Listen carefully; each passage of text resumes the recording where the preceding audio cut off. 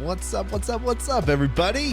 Welcome back to the AM, guys. Welcome to 5 Minute Rants. I'm your host, Michael Abernathy, and welcome to the show predicated on the journey of life and business. I hope y'all are doing well.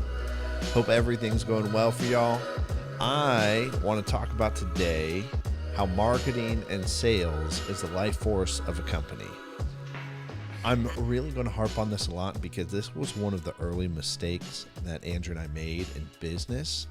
We did not focus on marketing and we didn't focus on sales.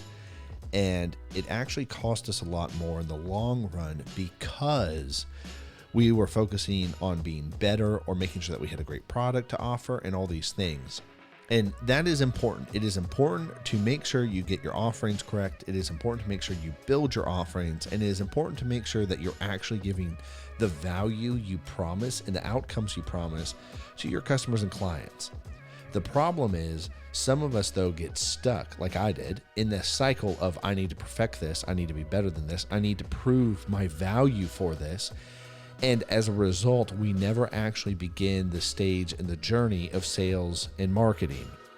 And if you don't have marketing, you're not going to have sales. And if you don't have sales, there's no point in having an offering or a product because nobody is going to buy it. And it's so easy to miss because we get caught up in all this stuff that doesn't seem to matter. We get caught up in all these thought processes that don't really matter that, well, what if it's not good enough? What if it's not that? And the thing is this is where the mindset comes in of continual improvement. You have to fly the plane and you have to ship it, but then you've also got to improve it as you're going down the road. You have to continue to improve the business, to improve the offering while you're doing business with your clients. And as long as you're communicating and talking with them, and as long as you're owning the mistakes you made and you're taking care of them, you're not just out to be greedy or screw them over, it is going to end up being okay. And it is going to end up actually being better than okay because oftentimes you'll see that trust develops between you and your customer because you're actually talking to them and listening to them. But if you're not going to have marketing and sales, you're not going to have customers. And so Andrew and I, we didn't focus on marketing and sales. We focused on building the offering and we focused on building the processes, but we did that to a fault. And it really halted a lot of the business growth and a lot of the business revenue. And it's been a backtracking journey to make sure that we actually take care of ourselves and actually feed life into the company.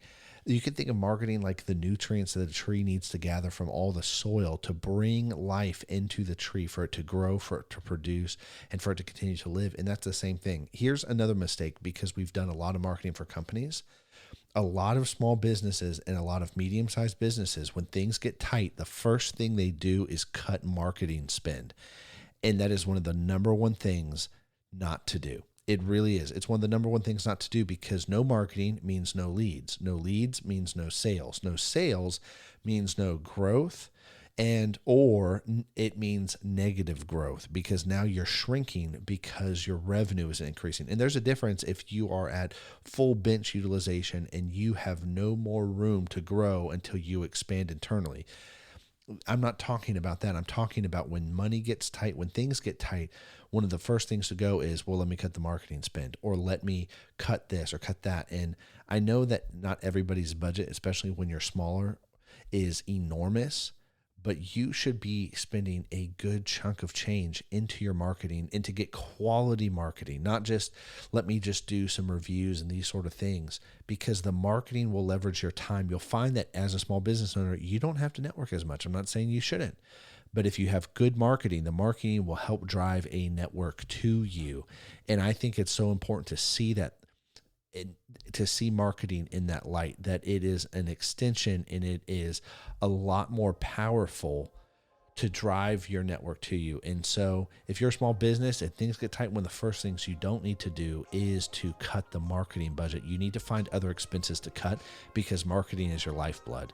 And so if you're just starting out, you need to focus on getting your offering right or your product, but then at the same time, you need to focus on start marketing. And you're one person, so you need to think about how you can market the most efficient way humanly possible. Anyways, guys, that's the rant for today, so I'll catch you later. Peace.